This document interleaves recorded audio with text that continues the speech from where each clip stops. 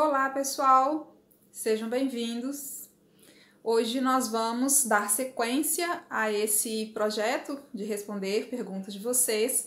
Essas perguntas serão respondidas em post ou em vídeo conforme a complexidade. Quando é um assunto mais complexo, eu vou fazer o vídeo, como é o caso de hoje. A Lucimar Barbosa perguntou qual que é a diferença, como é que eu faço para distinguir visualmente o clássico do romântico. Pergunta muito pertinente, adorei a pergunta. Mas nós temos um pequeno problema. Se eu for, primeiro, o conceito de clássico. Conceituar clássico é uma coisa complexa, porque na verdade o que a gente muitas vezes chama de clássico são releituras do clássico, ou muitas vezes não é clássico. O barroco, por exemplo, ele é muitas vezes chamado de clássico, mas ele não é clássico, estilisticamente falando. Quando a gente fala de clássico, nós estamos falando de um estilo que foi criado na Grécia no século 6 a.C. Aqueles 100 anos, mais ou menos, da arte grega é o período denominado clássico da arte grega e é o período, o conceito de clássico, a definição passa por aí. Depois a gente tem o Renascimento e a gente tem o Neoclassicismo, mas são, digamos assim, releituras dessa forma grega de produzir arte. Então a gente tem o clássico em momentos históricos muito diferentes, muito distintos, então é complicado ter um conceito que abranja o clássico. O outro problema é que quando a gente vai falar, como é o caso da pergunta dela, que é uma pergunta específica sobre características plásticas, sobre efeitos e resultados visuais. Quando eu pego uma obra de arte e tiro-a do seu contexto, da sua história, essa obra fica muito difícil para ser compreendida. Para você compreender arte, você precisa compreender a história da arte. Por exemplo, você pega Mona Lisa, né, a pintura mais famosa de todos os tempos. Eu ouço muito a seguinte pergunta: mas por que essa obra é tão importante? Não tem nada, é só um retrato de uma mulher, não tem nada demais, e ela nem é tão bem feita assim. Já ouvi isso várias vezes. Mas você tem que compreender, só é possível compreendê-la se você compreender o contexto da obra. Então, o que eu vou falar aqui agora é não falando de obra nenhuma e sem nenhum contexto. Ou seja, o que eu vou falar é passível de muita controvérsia, porque na tentativa de responder a pergunta que a Lucimar fez, eu, digamos assim, eu vou cometer alguns assassinatos de algumas coisas. Mas compreendam, é para ser didática, é com fins didáticos, digamos assim. Então vamos fazer isso, vamos nos ater às características visuais. Eu olho para um quadro, ou eu olho para uma escultura, como é que eu sei se isso é clássico ou se isso é romântico? O romântico é mais fácil para nós delimitarmos, porque o romantismo ele tá ali no final do século XVIII, primeira metade do século XIX, então tá fácil de situar, tá mais simples para nós. Diferente, né, do clássico, como eu disse, tem essa problemática de saltos no tempo muito grandes e de releituras e de contextos históricos muito diferentes. Mas, genericamente falando, o clássico, ele é o equilíbrio, ele é a serenidade. O clássico, ele é feito em momentos da história em que há um predomínio da razão sobre a emoção. Há um predomínio da ciência sobre aspectos sobrenaturais do pensamento, digamos assim. Então, o clássico, ele vai ser calmo, sereno, equilibrado. Você olha para uma escultura clássica, ela está sempre solidamente apoiada no chão, né? Os pés apoiados. Ela tá com aquele olhar assim, né? O Davi de Michelangelo. O cara tá no meio de uma batalha de vida ou morte com outro ser e ele está sereno, tranquilo. Tem um semblante contraído, é verdade, mas ele tá sereno.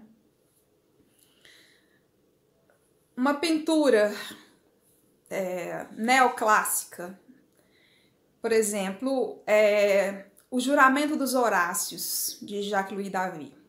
Eu vou colocar em algum lugar da tela, eu vou colocar na descrição um link para vocês verem. Vou colocar os nomes dessas obras que eu citar. O Juramento dos Horácios é um momento em que os Horácios são os homens, né, de uma família que estão indo para uma batalha e eles juram lealdade ao rei, algo mais ou menos assim. E aí é esse momento deles estarem jurando lealdade ao rei. E aí, num canto da tela, estão as mulheres lá, né, uma cabeça encostada na outra. E no centro da composição está a cena do juramento.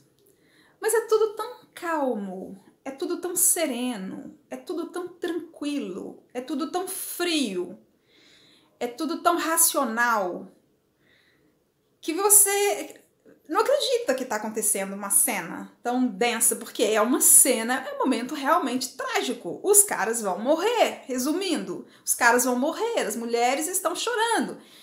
Como que essas mulheres estariam, como que isso seria numa tela romântica? Alguém estaria saltando no meio da batalha, as mulheres estariam desesperadas, descabeladas, chorando. Ai, meu Deus, meu marido vai morrer! No neoclássico, não, elas dão uma choradinha calma e discreta. O romantismo, uma tela famosa do romantismo é do Delacroix, A Liberdade Guiando o Povo. Muita gente conhece, né? Livro de história, no ensino fundamental tinha essa obra, provavelmente. É uma cena em que uma mulher que representa a Revolução Francesa, ela tá com uma lança na mão e uma bandeira, e aí ela vai correndo no meio de uma batalha, e as pessoas caindo, as pessoas correndo, as pessoas lutando, pessoas mortas, aquela confusão de uma batalha, e a liberdade vai guiando o povo na frente. Então, isso é o romantismo. O romantismo é o contrário, é emoção, é o predomínio da emoção. E como que essa emoção se manifesta? Em expressões sociais, né?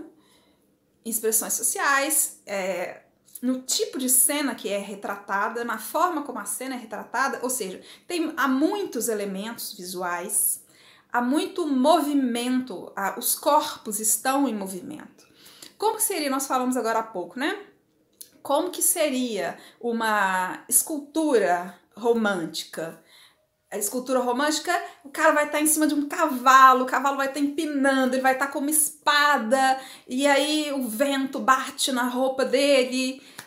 O romantismo, ele é meio parecido com o barroco. Na hora que eu falei assim, vocês provavelmente lembraram daquela escultura que é barroca e representa um dos Luíses, não sei qual, não lembro qual deles, mas representa um dos Luíses, e que tá naquela praça ali na entrada do Museu do Louvre.